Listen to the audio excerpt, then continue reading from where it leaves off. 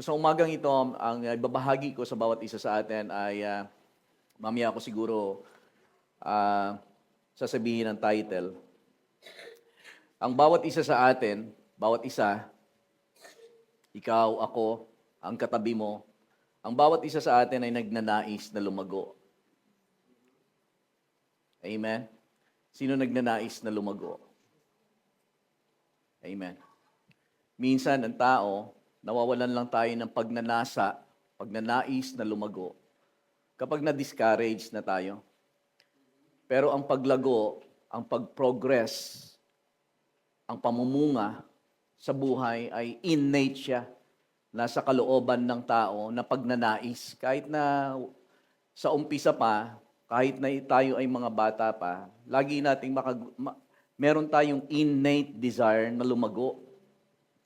Kahit na minsan hindi na yun siya sinasadya, nakakapagbigay sa atin ng kagalakan, nakakapagbigay sa atin ng katatagan, kasiyahan, ang mga paglago ng mga bagay.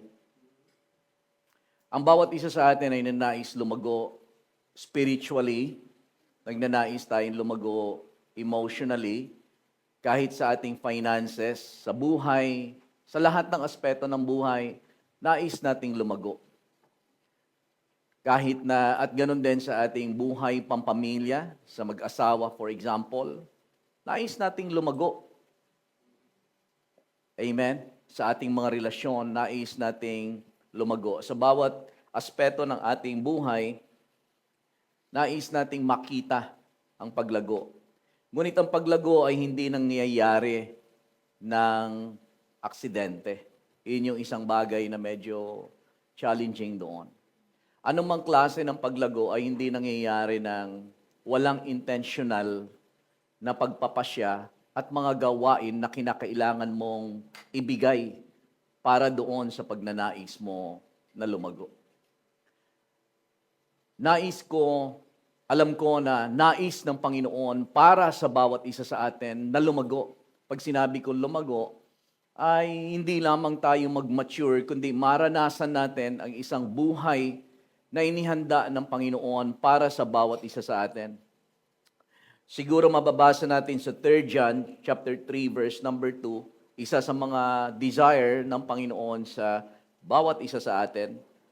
3 John 2, ang sabi dito, ang sabi ng Panginoon, ang sabi ng 3 John chapter 1, isang chapter lang naman yan, chapter 1 verse 2, Beloved, sabi ni Apostle John, Beloved, I pray that you may prosper in all things. So alam natin na ang puso ni Apostle John na sumulat nito ay mula sa puso ng Diyos, na para bang tila ang Diyos ang nagsasalita kahit na ang tao ang nagsulat, na sinasabi niya doon sa kanyang sinulatan, Beloved, I pray that you may prosper and be in health, just as your soul prospers. So alam natin na ito yung puso ng Diyos sa bawat isa sa atin. Ito ay puso ng Diyos sa iyo. Puso ng Diyos sa pamilya mo. Nais ng Diyos na ikaw ay lumago, yumabong, mag-prosper in how many things? In all things. Beloved, I pray that you may prosper and be in health, just as your soul prospers. Verse 3, babasahin ko rin yung verse 3, For I rejoice, sabi ni John, ang sumulat niyan, For I rejoice greatly when brethren came and testified of the truth that is in you, just as you walk in the truth. Verse 4, I have no greater joy than to hear that my children walk in truth.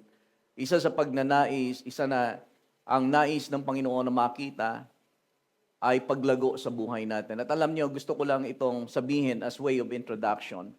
Walang labis na makakapagbigay sa akin ng kagalakan bilang pastor, kundi makita ang paglago ng bawat isa sa atin.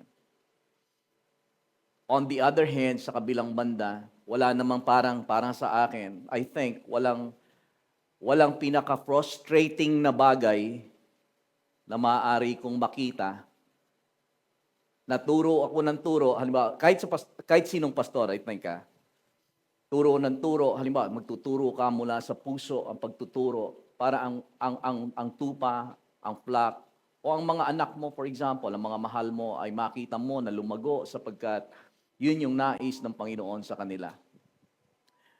Sa kabilang banda, parang walang most frustrating na bagay para sa isang nangunguna na kapag turo ng turo, pero hindi naman lumalago.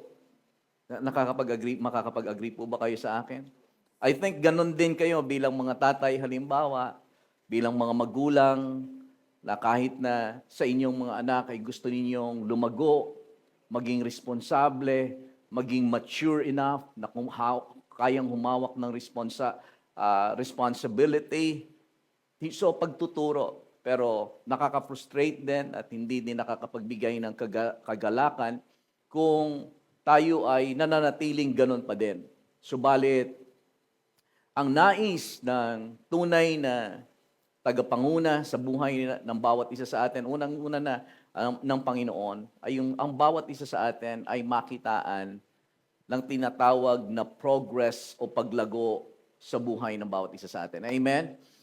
Ang nais kong ibahagi sa bawat isa sa atin sa hapong ito o sa umagang ito ay pinamagatan kong the importance of developing healthy spiritual habits.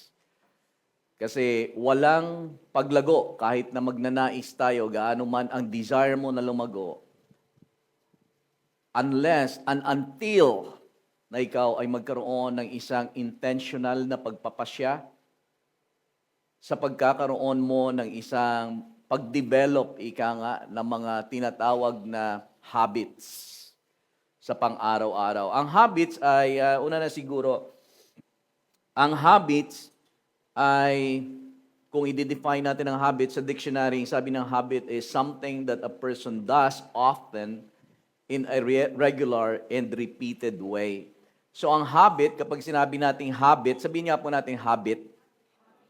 Ang habit, or habits, kung madami, ang habit is something, isang bagay na ginagawa ng isang tao sa regular na kapamaraanan. Regular and repeated way. So halimbawa, araw-araw, o 3 beses isang araw.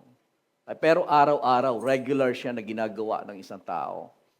So, yun yung ating tatalakayin, ang kahalagahan ng pagkakaroon ng mga spiritual na habits, mga bagay na pang-araw-araw, regular at madalas nating ginagawa sa ating buhay, sapagkat itong mga bagay na ito ang siyang nakakapagbigay sa atin ng paglago. Kasi ang paglago ay hindi nangyayari na automatic, hindi din siya nangyayari na parang unintentional na mangyayari sa buhay natin. Ang paglago ay intentional, spiritual, personal, at maging sa ating mga relationships. 1 Timothy chapter 4 verse number 7 to 8, may mababasa tayong ganito. Alam ko na medyo itong mensaheng ito, ilang beses ko na rin na-share to. Pero alam po naman natin na sa atin, kailangan natin balikan yung mga bagay na kailangan balikan. Amen? Kailangan tayong maglatag ulit ng pundasyon kung kailangan nating latagan ng pundasyon. Amen. So 1 Timothy chapter 4 verse number 7 to 8.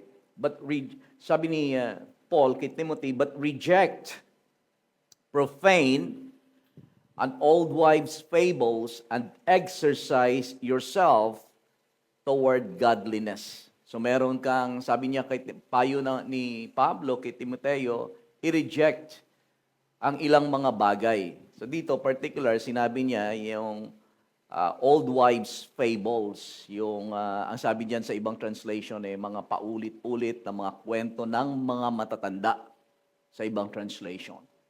Sabi niya, i-reject mo yon. So sa ating buhay, sa paglago, meron tayong kinakailangan na i-reject. Amen. At meron tayong kinakailangan ng mga bagay na i-exercise kung gusto mo ng paglago sa buhay. Ang problema sa maraming mga mananampalataya, wala dito yon. Sabihin niya po natin, Pastor, wala yan dito. Ang marami sa buhay ng mga mananampalataya ay gusto o nagnanais na lumago. Gusto kong lumago. Gusto kong makita ang aking tibay, ika nga, na lumalago kahit sa finances, sa personal, at kahit na sa relational. Gusto natin yon makita. Ang problema ay wala tayong katyagaan o wala tayong courage at ika nga kasipagan na gawin ang mga bagay upang makita natin kung ano ang ating ninanais na mangyari sa buhay natin. Iyon yung problema sa marami. Wala dito yon. Amen?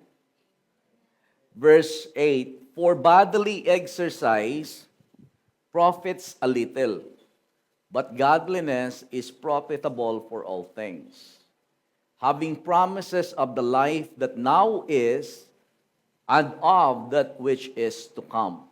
Basahin natin sa Message Bible, sa ibang translation naman. Stay clear of silly stories that get dressed up as religion. So may mga kwento na parang kala mo, sa tingin mo, ay religyoso. Kala mo may spiritual din. Dress up as religion. Sabi niya, exercise daily. Sabihin natin, exercise daily. Amen. Exercise daily in God. So kasi sabi niya, kung ang pag-exercise sa bawat araw, makakapakinabangan yan. Makikita mo, wala yung bilbil mo. Lalakas yung paghinga mo. Yung resistensya mo, hahaba. Alam mo, lalakad ka ngayon, ang kaya mo lang lakarin, hingal na hingal ka na kapag naka 1 kilometro ka. Pero kapag lagi-lagi mong ginagawa, exercise daily, humahaba yung resistensya mo. Napapansin mo, hindi na lang siya 1 kilometro, kaya mong lakarin, hindi ka hinihingal, magiging 2. Amen. Exercise daily.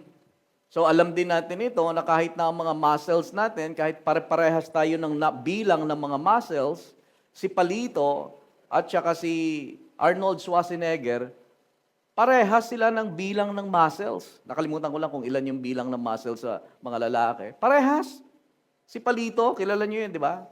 At saka si Arnold Schwarzenegger, o kaya si The Rock. Parehas ng muscle, bilang ng muscle.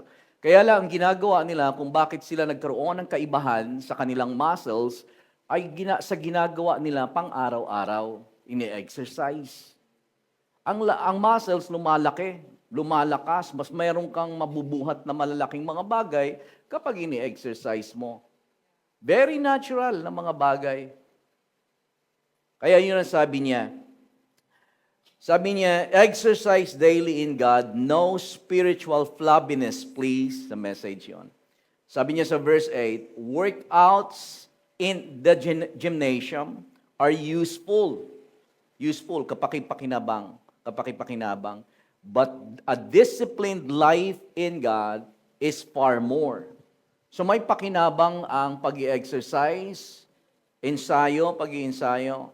Pero ang gusto kong makita natin dito, a disciplined life in God is far more, nakahihigit, making you fit both today and forever. Ito pang isa sa The Living Bible. Don't waste time arguing over foolish ideas and silly myths and legends. Spend your time and energy in exercise of keeping spiritually fit. Spend your time and energy in exercising of keeping spiritually fit. Dapat spiritually fit. Alam po ba natin na tayo ay kailangan din maging spiritually fit? Makikita mo ang mga tao na spiritually fit.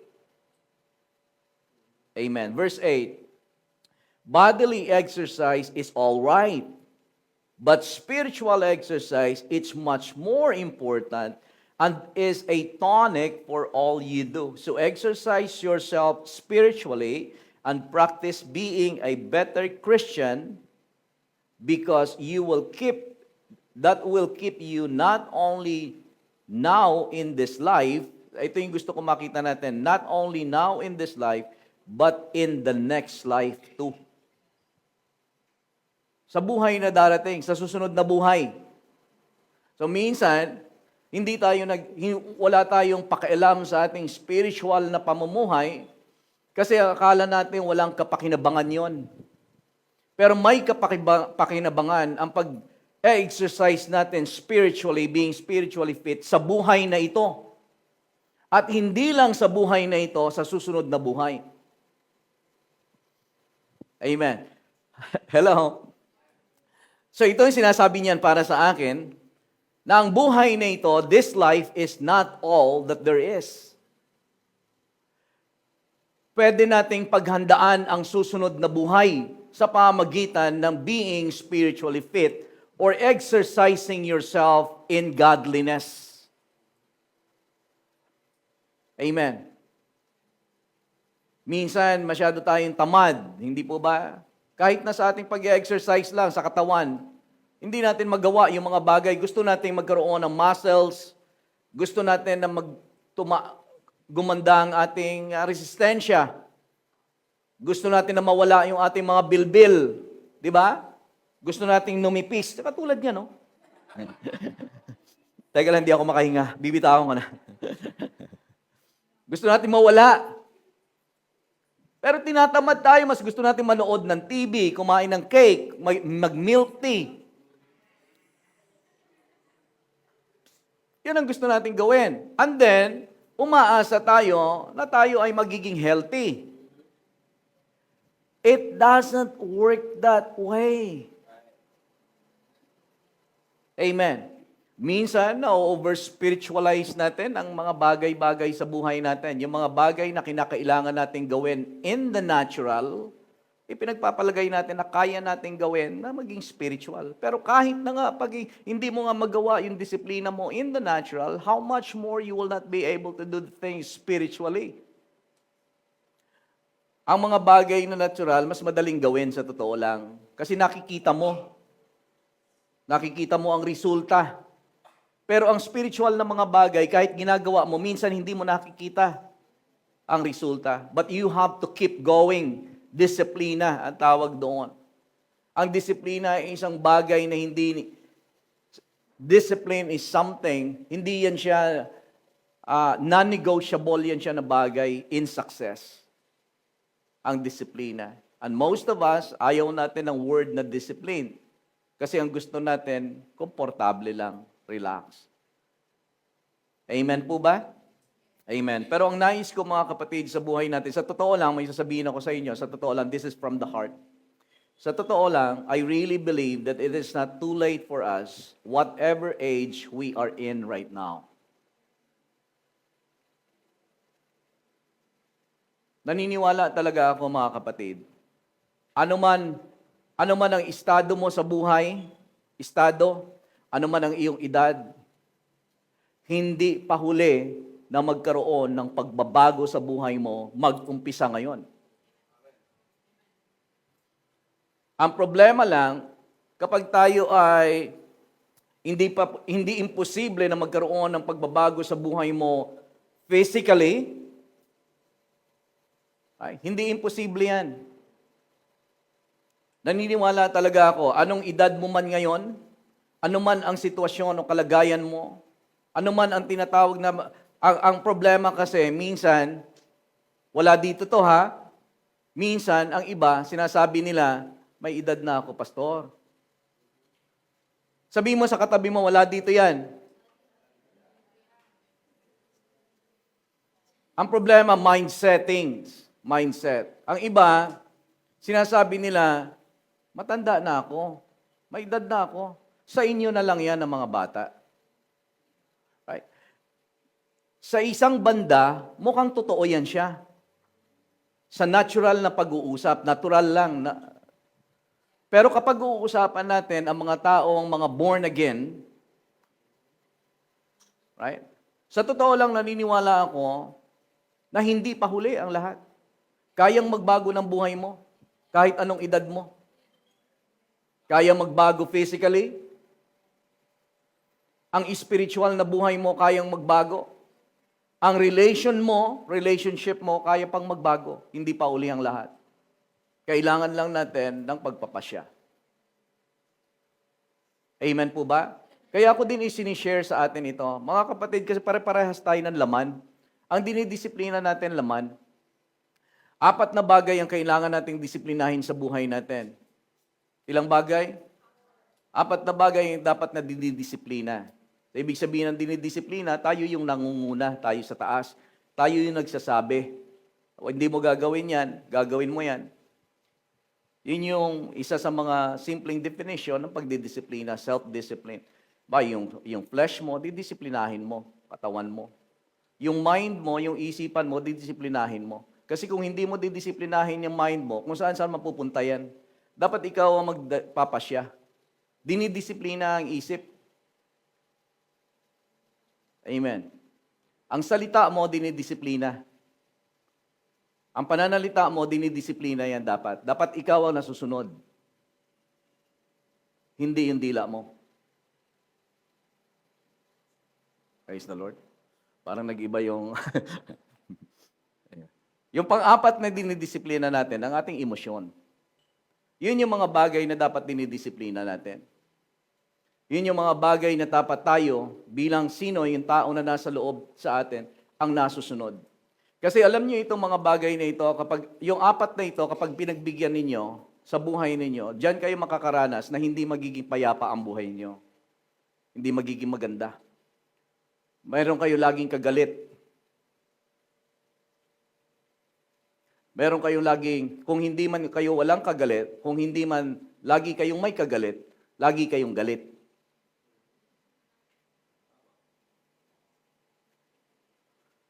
Amen. Lahat ng yan ay pare-parehas ng bawat isa sa atin. Pastor ka man, apostol ka man, halimbawa, propeta ka man.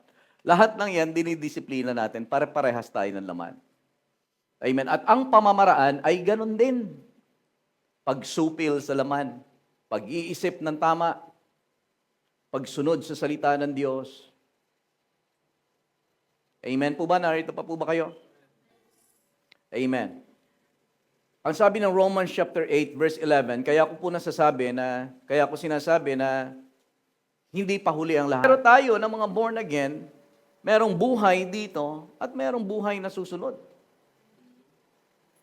Na nakasalalay sa atin. So mali na lang kapag iniisip natin na ang buhay natin hanggang dito lang.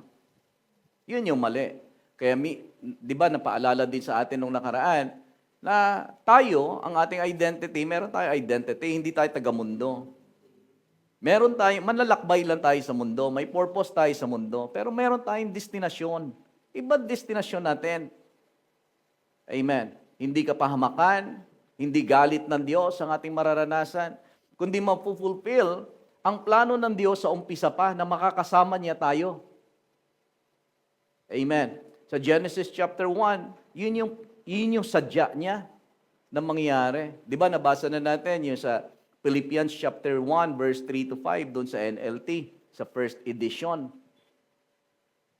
Yung unchanging plan ni Lord has always been to adopt us into His own family by bringing us to Himself through Jesus Christ. And that gave Him great pleasure. Yung klase na yon, nawala na lang yon kasi nagkasala ang tao, pero babalik tayo doon. At doon ulit mag-uumpisa tayo na makakasama tayo ng Diyos. Amen? So napakasaya ng, alam nyo, sa atin ng mga mananampalataya, masarap ang buhay sa totoo lang. Kung alam mo, langit ang punta mo. Amen. Masarap ang buhay, may pamuhay. Kahit na meron kang nararanasan dito, pero ikaw ay may nararanasan ka sa mundong ito. Pero kung tayo ay meron tayong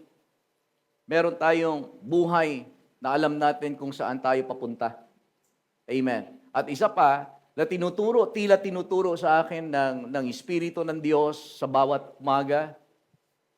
Pag titingnan ko yung mga problema, halimbawa, yung mga challenges, ang tinuturo sa akin ng Panginoon, take it one step at a time. Climbing a mountain, one step at a time. Isang hakbang lang. Sa bawat araw, hakbangin mo lang. Kung anong alam mo na tamang gawin sa bawat araw, hakbang ka lang. Devotion ka, aral ka, hakbang.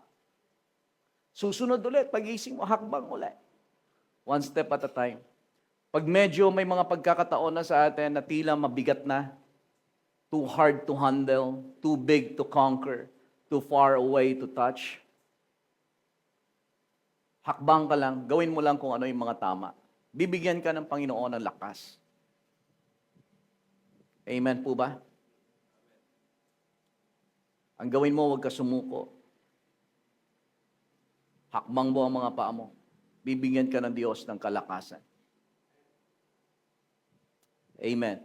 So magbibigay ako ng quotation sa habit and then quotations sa mga kaibigan ko ito. Marami akong mga kaibigan na tapos magbibigay lang ako ng 3 habits na may develop natin sa buhay natin. Sa iba, parang reminder na lang ito. Quotes on habits. Chains of habit are too light to be felt until they are heavy to be broken. So ganyan yung habit. Madalas yan siya, ang habit, yung mga bagay na regular mong ginagawa sa pang-araw-araw. Parang hindi yan siya mabigat, magaan lang, walang effort, ika nga. Chains of habits are too light to be felt. Hindi mo nararamdaman yan until they are too heavy to be broken. Mararamdaman mo na lang na kapag gusto mo ng tigilan, hindi mo na siya matigilan. Kasi tali ka na sa habit. Pero yung mga paunti-unti niyan sa bawat araw, yun yung hindi mo napapansin na mamalayan. Very light. Until na kapag na-realize mo na mali na to parang ito na nagkukontrol sa akin Yun na yung makikita mo na ano na siya, too heavy to be broken. Habit, nag-uumpisa lang yan sa habit. Yun yung kapangyarihan ng habit. Sa una, hindi mo nararamdaman. Kalaunan, lalong bumibigat. At lalo siyang tumitibay sa buhay ng isang tao, nagiging stronghold. Ang sabi ito ni Aristotle, hindi ko yan kaibigan, we are what we repeatedly do. Excellence, therefore, is an act, but not an act, but a habit. Ito yung gustong-gusto ko, yung sumunod, pangatlo. Sabi dito, sow a thought and you will reap an action. Magtanim ka ng thought, kaisipan, isip lang, and then you will reap an action. Ang iyong aanihin ay iyong action. Sow an action and you will reap a habit. Sow a habit and you will reap a character. Sow a character and you will reap a destiny. Although ito ay hindi ito siya, ipapaliwanag ko sa inyo, hindi sa ngayon medyo siguro later, may ipapaliwanag ko sa inyo na ito ay hindi ito 100% accurate biblically. Pero ito ay may biblical na thought. Na kapag ikaw ay you sow a thought, nag-uumpisa yan siya sa isipan. Magtanim ka ng kaisipan, yun yung aanihin mo, action, sa mga iniisip mo.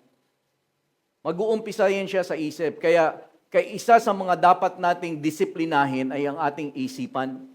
Kasi kung ano ang pumasok sa isip mo, dahilan lamang sa pumasok sa isip mo, hindi mo ito dapat na sundin o gawin. Amen. Not because you have a thought, is you are,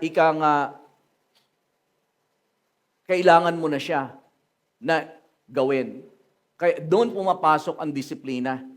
Kasi kadalasan, ang pumapasok sa isipan natin, hindi mga magaganda. Base sa kung ano ang mga nakikita natin, naririnig, napapanood, right? O yung mga nakaraan natin na ibinabalik sa atin ng kaaway. Lahat ng yan, daanan yan siya.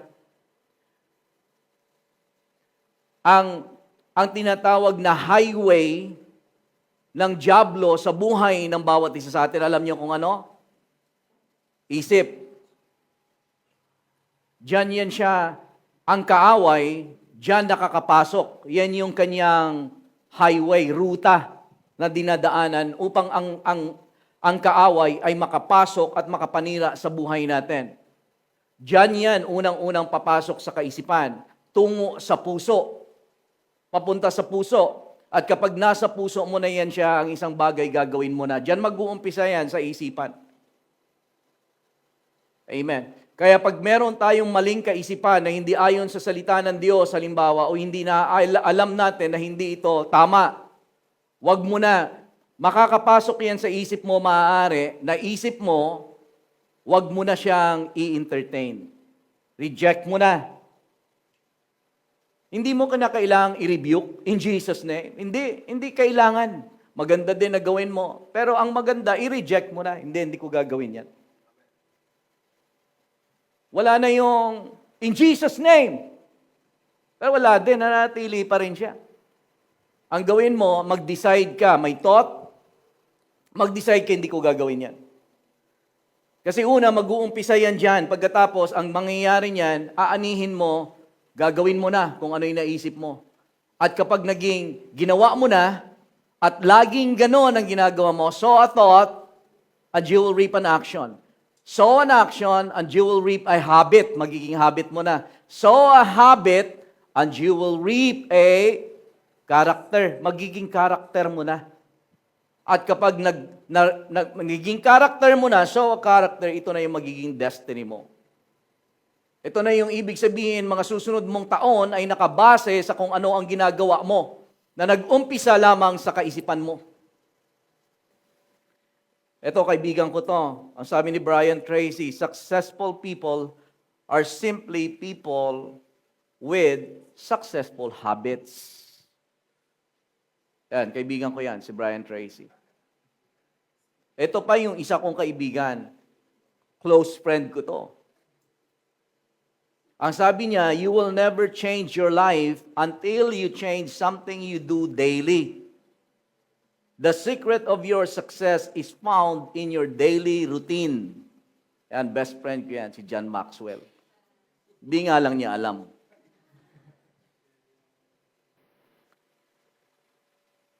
Amen. Sabi ni John Maxwell minsan, bigyan mo lang ako ng isang araw, patirahin mo ako sa bahay mo ng isang araw, o makasama lang kahit hindi patirahin. Just let me into your house for one day, and I will declare your destiny. Makikita ko kung anong ginagawa mo sa isang araw, mapipredict ko na kung anong mangyayari sa future mo. Tatanong ko sa atin, halimbawa, base lang sa quotation na yon, anong ginagawa mo sa bawat araw? Kasi yun yung mga habit na nabibuild mo. At minsan, meron tayong nagagawa na ayaw naman natin gawin, pero ginagawa natin sa araw-araw, so marirealize natin, ito ay napakabigat na para sa atin, na kahit na kung titigilan mo na, hindi mo na mapigilan. Kontrolado ka na ng tinatawag mong habit. Alam mo, minsan, may mga tao, maging Kristiyano mga Kristiyano, totoong Kristiyano, tumanggap kay Kristo. Kasi ito yung gusto kong ipaliwanag. Kasi yung thought na, sow a thought, and you will reap an action, sow an action, and you will reap a habit, sow a habit, and you will reap a character, and sow a character, and you will reap a destiny. Yun yung sinasabi ko na kailangan yan siyang i-clarify. Kasi hindi siya 100% na accurate biblically.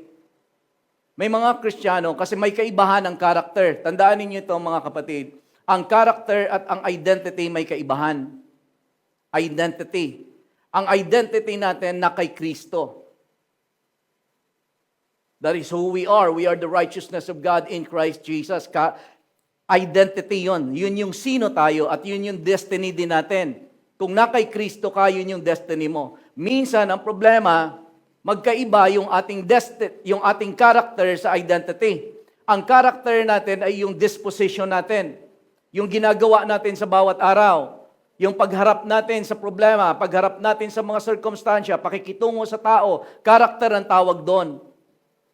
Minsan hindi ayos yung ating karakter, kahit ikaw ay Kristiyano. Kaya napagkakamalan tayo na para kang hindi Kristiyano. Kasi hindi nagtutugma kung sino ka kay Kristo Jesus sa karakter mo. At ang karakter mo ay nadidevelop mo sa pamagitan ng mga habits mo. Amen. So nababago siya dapat, yung karakter mo dapat tumutugma. Mabuti kang tao, responsable kang tao, mapagmahal kang tao. Kaya lang merong mga tunay na mga Kristiyano na sila ay hindi maayos ang karakter kasi hindi nila na-develop ang kanilang mga habits.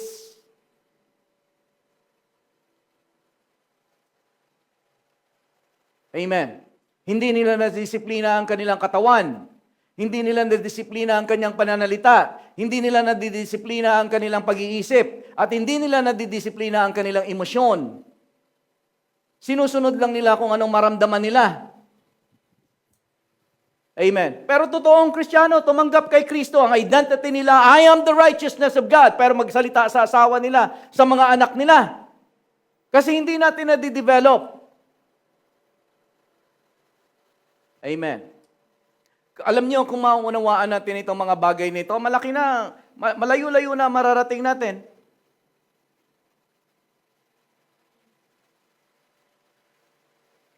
Amen. Isa sa napakalaki kong kapahayagan o revelation ay yung patungkol sa identity and character na gusto kong ituro. Kasi maraming mga Kristiyano ay doubt kung malalaman natin ang distinction nito. Kaya yun minsan yung malimit na nagiging kasisiraan sa buhay ng mga mananampalataya. Kasi ang karakter hindi ayos. Minsan meron tayong mga gustong gawin, hindi lang natin magawa. Gusto ko maging mabait. Gusto kong bumait. Ano ba yan? Pero di ko magawa. Gusto kong bumait, pero di ko magawa.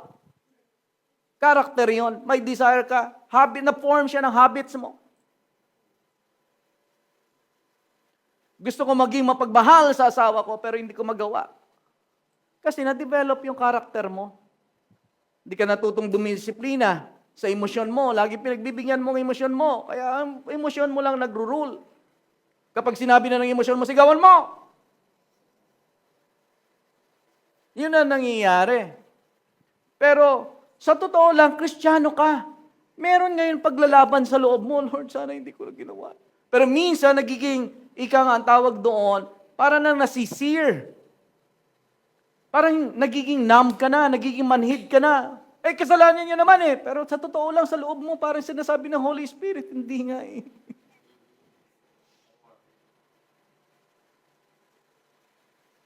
Yun yung kahalagahan ng mga karakter sa buhay natin. Ang karakter na di-develop ng habit, disiplina. Kung malalaman natin ito mga kapatid at nakahanda tayo na gumawa ng at least isang hakbang sa bawat araw, ma-develop lang, alam niyo magbabago tayo. Hindi pa huli ang lahat. At alam niyo kung bakit ko din, isa sa mga dahilan kung bakit ko ito tinuturo. Tumingin kayo sa paligid natin. Biruin yung sama ng tao. Naghahanap buhay yung tao, sasaksakin mo, may maliit na bata, tapos siyempre, kita mo yan, yung kaisipan ng tao. Ang tanong, bakit ganon? Bakit kayang gawin ng isang tao? Ang ganon sa kapwa-tao. Kaya merong magsasabi na hindi na natin alam kung safe na ba yung paligid natin sa gabi. Parang ayaw mo na lumabas. Kasi hindi mo alam kung anong mangyayari. Na naghahanap buhay ka lang. Biglang hindi ka na makakauwi sa pamilya mo. Amen. Ang tanong, what has gotten into our world?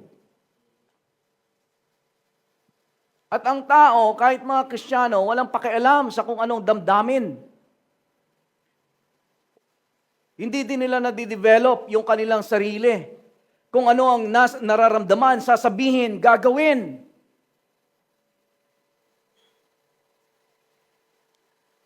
Amen. Unti-unti, hindi natin nalalaman, ngayon okay lang tayo sa araw na to, sa buwan na to, sa taon. Pero alam niyo nangyayari, generational ang nangyayari. Mga tanim ng mga pagtatanim ng mga immoralidad, pagtatanim ng mga paggawa ng naayon sa emosyon, pagiging makasarili. Hanggang sa dumating na tayo sa ganon. Ang mga tao sa ngayon, entitled lahat. Ano yung word na sinabi ko? Entitled, lahat. Ang buhay, mga kapatid, hindi entitlement. Ang buhay ay privilege. Na ipinamumuhay kaloob ng Diyos. na ipinagpapasalamat sa Panginoon. Panginoon, I thank you for this life. Amen. Hindi siya entitlement. Espiritu yan siya ng Antichrist. Yung I will. I will. Yung mga espiritu yun siya ng kaaway. Na nade-develop, espiritu yun siya ng mundo. Yan yung spirit of the world. Kaya sabi ng 1 Corinthians chapter 2, sinasabi ng 1 Corinthians, we have not received the spirit of the world. But we receive the Spirit who is from God. Ang espiritu na tinanggap ng mga anak ng Diyos, espiritu ng Diyos. Espiritu ng may takot sa Diyos. Espiritu ng may pag-ibig sa kapwa. Espiritu ng marunong gumawa ng tama. Yun yung espiritu na mag-uudyok sa'yo. Kaya lang, may mga Kristiyano na purely, talaga naman tumanggap yung espiritu. Kaya lang, nasanay ng espiritu ng mundo. At yun yung pinagbibigyan natin. Kaya wala tayong kapangyarihan, wala tayong lakas ng loob na mamuhay ng matuwid. Wala tayong lakas ng loob na magsakripisyo ng pag-ibig kahit na tayo ay masaktan at nararamdaman kasi nasanay tayo ng mundo. Amen. Praise the Lord. So, magbibigay na lang, lagpasan ko lamang siguro ito, 3 bagay lang na ating dapat ma-develop sa buhay natin. Yung ating regular habits na ma-develop natin. So again, ipaalala lang to. 3 bagay lang gusto kong i-share sa inyo. Number 1, yung regular word intake natin na tinatawag. Regular na word intake. So regular na pagbabasa ng Biblia. Regular. Challenging yan. Alam ko, din, na challenging. Pero gawin natin, basa ka ng Bible mo. Basa ka Bible. Kahit 2 minutes, umpisahan mo. Basa ka kahit na ang goal mo lang, sa una siguro kahit na hindi mo maintindihan, kung wag mo nang maging kung bago ka, wag mo nang goal na buong Bible agad, na sa Genesis kasi, wag na muna yon. Umpisa ka ng Book of John. Doon ka lang muna. Book of John, Acts, papunta doon. Yun lang muna ang goal mo. Pero 2 minutes lang, basa ka. Amen. Gaano lang yan? Kaysa sa pagsuscroll mo ng Facebook na 2 araw. Hindi, 2 araw. Baka naman 2 oras lang. Basta. Basa. Minsan, mahirap kasi sa umpisa, kung hindi mo maintindihan, okay lang, basta sanayin mo lang yung sarili mo. Develop ka lang ng habit. Pero ang goal mo sa pagbabasa, naintindihan mo yung binabasa mo. So, ang ibig sabihin ng naintindihan, hindi naman not necessarily naintindihan mo to ayon doon sa sinasabi ng Old Testament. Basta maintindihan mo lang. Halimbawa, ang aso ay tumakbo sa kabilang kalsada. Yun, parang napipicture mo ba? Hindi yung parang nagbabasa ka, ang aso ay tumakbo sa kabilang...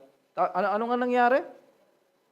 So parang wala. Nabasa mo na, pero parang hindi pumasok sa isip mo. Ang goal mo lang, intindihin lang siya. Ganun lang.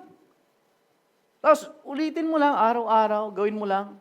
Ano ba naman ng 2 minutes? So, susunod siguro, 5 minutes na. Ano ba naman yan? Na, kung tutuusin, hindi po ba?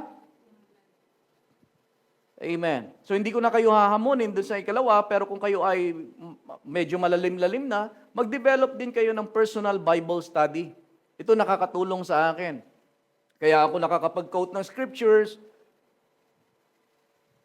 ay pag-aaral kung hindi pa kayo, wala pa kayo doon, kung medyo boring sa inyo, hindi pa nga ako nagbabasa ng Bible, aral na ng Biblia. So umpisahan mo muna yon, yung basa lang muna. Tsaka na yung Bible study. Pero kung gusto ninyo na lumalim doon, ang dinidevelop natin sa church ngayon, yung ating basic doctrines na tinatalakay natin, yun lang ang ginagawa ko mga kapatid, na binabasa ko lang yun. Basa. Basa, scripture, at makikita mo, unti-unti, parang lumalawak ang tingin mo. Una, nakikita mo ganito. Tapos, yung buhay Kristiyano, parang lumalawak sa'yo, naintindihan mo na ngayon. Naintindihan mo na yung relasyon mo sa Diyos. Naintindihan mo na ngayon na si Jesus namatay sa krus sa Kalbaryo. Lahat ng ito, nagiging kapahayagan sa'yo. Doon nag-uumpisa yan siya. Amen. Ang paglago, hindi nangyayari kapag attend ka lang ng kada Sunday. Amen. Kung lalalim-lalim pa tayo, doon sa regular word intake, mag-meditate tayo ng scripture. Meditation. Meditate. Ang maganda dyan, ang sasuggest ko, halimbawa, memorize lang. Memorize mo yon yung scripture. Memorize lang. Tapos, halimbawa, memorize ka lang ng John 3:16, ipagpalagay, John 3:16. Yun lang. I-memorize mo lang yon. Tapos, at the same time, pagbulayan mo, for God so loved the world. O kung ayaw mo Tagalog, kung ayaw mo English, Tagalogin mo. Gayon na lamang ang pag-ibig ng Diyos sa sanlibutan. At ibinigay niya ang kanyang bugtong na anak na si Kristo Jesus o si Jesus. Na ang sino man na sa kanya'y manampalataya, hindi na mapahama, kundi magkaroon ng buhay na walang hanggan. Sauluhin mo.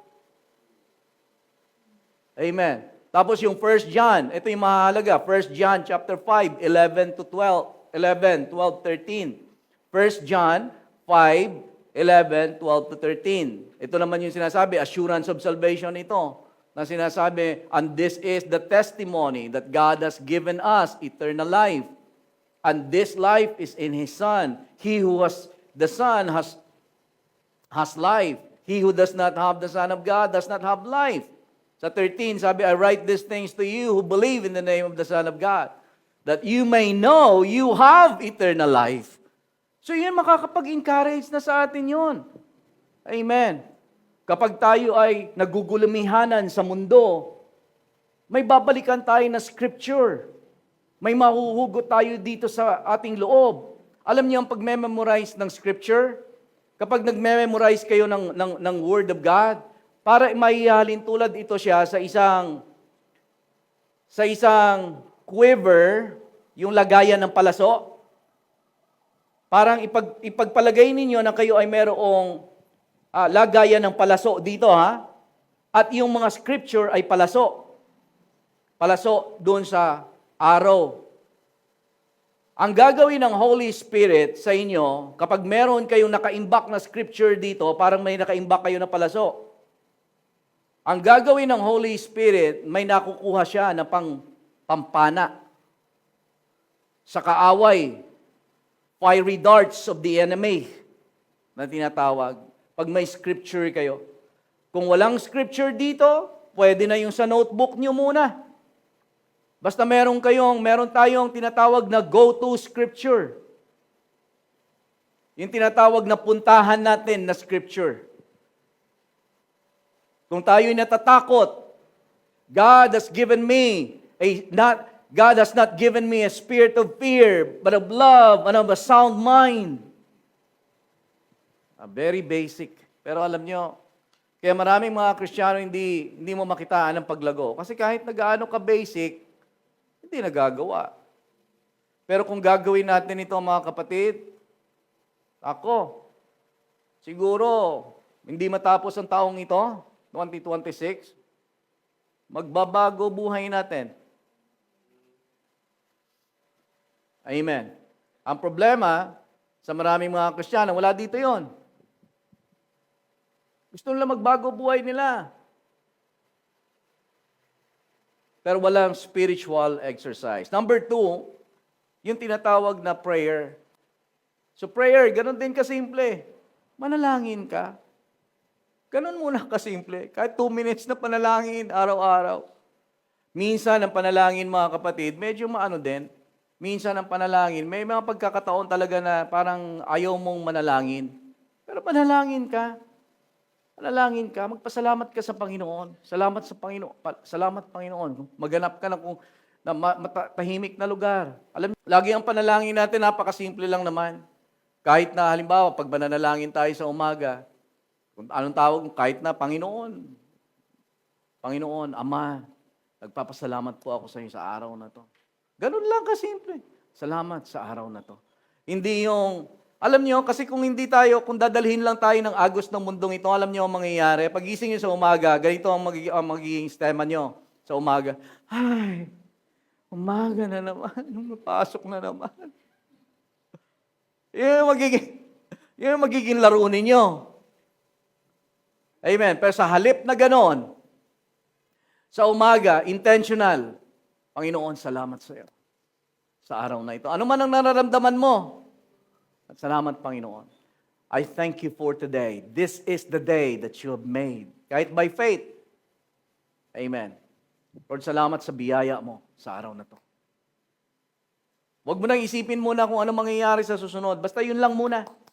Kahit na ano na mangyari doon. Halimbawa, kahit nanalangin ka na sa umaga, pagkatapos ay nangyari pa, nagkaaway pa kayo ng asawa mo, huwag mo na muna isipin yun. So kung nag-away kayo ng asawa mo, balik ka ulit sa gabi. Lord, patawarin mo ako. Huwag mo nang pabayaan na, sabi ng Bible, do not let the sound go down while you are angry. Huwag mo nang palipasin ang galit. Matutulog ka, galit. Alam niyo kung bakit? Kasi ulitin ko ulit, maring narinig na ninyo ito, kapag gano'n ang ginawa mo, nagro-root yan siya. Ang galit mo, kapag itinulog mo, nagalit ka pa, nagro-root. Nag-uugat. Kaya ang tawag dyan ng Hebrews, bitter root of bitterness. Root of bitterness din siya. Kapag gising mo sa umaga, galit ka pa rin. Lumalaki yan siya. Napakasimple, hindi po ba? Simple lang sana ang buhay eh. Prayer, spend time with God in His presence. And then hindi ko na muna tatalakayin yung mga kahalagahan nito. Pero ang pangatlo ko, kakahulihan, na habit na kailangan mong may develop sa atin, sa buhay ng bawat isa sa atin. Napakasimple lang na mensaheng ito, kapatid. Pero kung nananais tayo na magkitaan tayo ng paglago, strength sa atin spiritually, hindi magiging perfect lahat yan, agad-agad. Pero kung magnanais tayo ng lumago, itong mga bagay nito, malaki na magagawa. This will go a long way, ika nga. Number 3 is be quick to forgive and walk in love. Magi kayong mabilis magpatawad. Ang sabi ng James, ito sa isa sa mga scriptures na gusto kong, during the week, isa ito sa mga na-realize ko na scripture. Sa James chapter 1 verse 19 sa Amplified, meron kayong mababasa na ganito, o alam na ninyo ito. James chapter 1:19 sa Amplified, understand this, my beloved brethren, let every man, of course kasama dyan woman, let every man be quick to hear. Ang ibig sabihin na mabilis makinig ay a ready listener. Dapat marunong ka makinig din. Marunong ka, pakinggan mo. Be quick, a ready listener, slow to speak. Mabilis ka makinig. Dapat nakahanda ka makinig. Pero dapat mabagal kang magsalita. Alam nyo, karamihan, hindi ninyo kilala to. Karamihan sa mga hindi ninyo kilala, right? Mabagal makinig. Mabilis magsalita. Baligtad. Mabagal makinig. Hindi nakikinig. Pero pag nagsalita, ang bilis. Hindi nyo kilala to. Wala dito yan. Right? Hindi, karamihan sa mga Kristiyano talaga merong ganon. Ang ugali natin, mga kapatid, mabilis tayo magsalita, hindi po ba? Ako, isa sa mga dinidevelop ko sa akin, kasi kapag makabasa ka ng message, makarinig ka ng salita, mabilis kang mag-react base sa emosyon, nakakainis. Mabilis kang gusto mong magsalita din. Amen. Alam niyo yung version nito? Understand this, my beloved brethren, let every man be quick to hear, a ready listener. Yung sumunod niyan, slow to speak. Ang version niyan sa kapanahunan natin sa ngayon, hindi lang slow to speak, slow to type dapat. Slow kayo sa pagme-message dapat. Huwag kayong basta mag-message lang, tapos post. No, really. Dapat marunong kayo. Ito yung nagiging dahilan, sasabihin ko sa atin, ito yung dahilan ng pagkakasira-sira ng relasyon. Salita.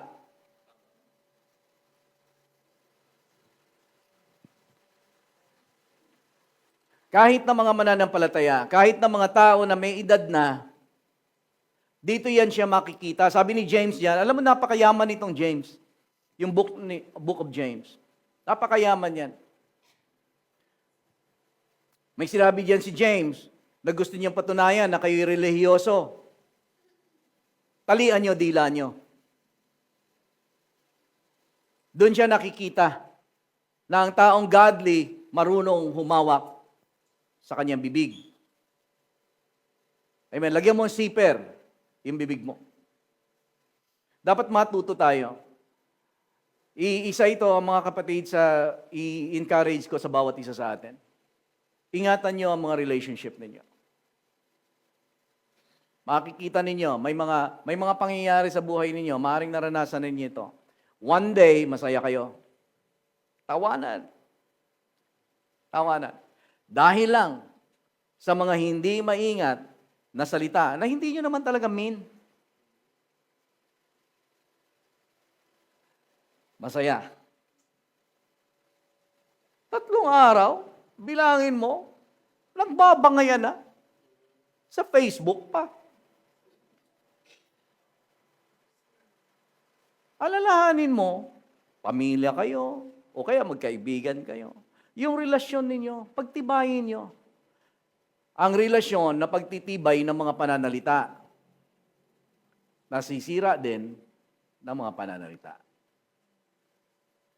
Sa James, sinabi yan siya, na ang salita ay para yan siyang siga sa kagubatan.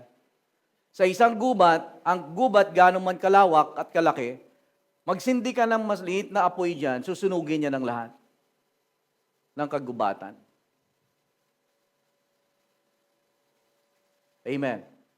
Kapag kayo, halimbawa galit kayo, huwag kayo, hawakan na ninyo yung salita ninyo, lalo na kapag galit kayo. Mag-isip kayo. Amen. Tayo pala. Amen. Kasama ako. Kasi mabilis ako.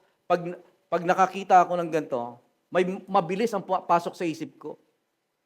Halimbawa, hindi ba nag-iisip to? Yun. Tapos, gusto ko na ipaintindi sa kanya na ganito. Kaya lang, hino-hold ko na muna.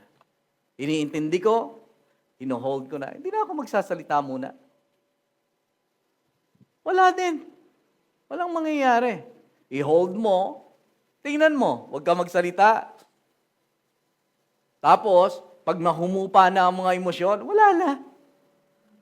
Eh, ang problema niyan, kung nakapagsalita na kayo nakakapagsalita, kung sino-sino pa ang gagawin kasi ninyo, halimbawa, na-offend kayo, alam niyo ang gagawin niyo, maghanap kayo ng kakampi niyo. Hanap kayo kakampi niyo. Sabihin niyo doon, si ganito, ganito. Sabihin naman ng isa, ang problema, nung sinabihan mo, sasabihin din sa isa. Teka muna, hold up. Tigil muna. Huwag niyo munang ikalat. Kung alam mo na nandiyan dyan, hindi na nagiging maganda, tigilan mo muna. Be quick to forgive, walk in love. Yun yung natin. Ingatan natin yung ating mga relasyon. Ang kahalagahan nito, kapag tayo ay lumalakad sa, mabilis tayo magpatawad, ang kahalagahan nito, it will keep your heart tender, your conscience clear toward God and man. Sa pananatilihin nito, ang konsensya mo malinis. Tapos, magiging peaceful ka. Alam niyo, isa sa mga ayaw na ayaw kong pakiramdam, mga kapatid, matatapos na tayo. Isa sa mga ayaw na ayaw kong pakiramdam. Yung bang pakiramdam ko na wala akong kapayapaan, nagalit ako sa tao, hindi maganda yung relasyon namin na ganito, tapos naiinis ako. Isa yun sa mga ayaw ko. Ang kapayapaan, maitutulad ninyo sa isang tubig na still water. Yun yung payapa ang puso mo kapag ikaw ay parang tahimik na batis. Yun yung kapayapaan. Doon ko mapipicture ang katulad ng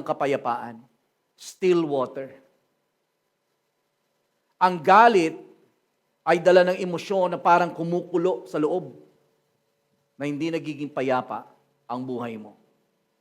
Kaya hindi tayo nakakapag-isip ng maayos, hindi maganda ang relasyon natin, doon kumakalat yung mga maling pananalita natin kasi hindi na maganda yung nangyayari sa atin. Panatilihin ninyo yung kapayapaan sa loob. Ang sabi ng Panginoon, "The Lord is my shepherd, I shall not want. He leads me beside the still waters." Doon ka dadalhin ng Panginoon. Hindi ka sasabihan ng Panginoon, "Tingnan mo ang ginawa sa'yo." Message mo. Hindi ka dadalhin ng Panginoon doon. I-post mo. Para malaman nila ang tama. Hindi ka dadalhin ng Panginoon doon. Dadalhin ka ng Panginoon na kung saan ka payapa. Still water. Amen. Well, yun lang i-develop natin mga kapatid. I pray na tulungan tayo ng Panginoon. Amen.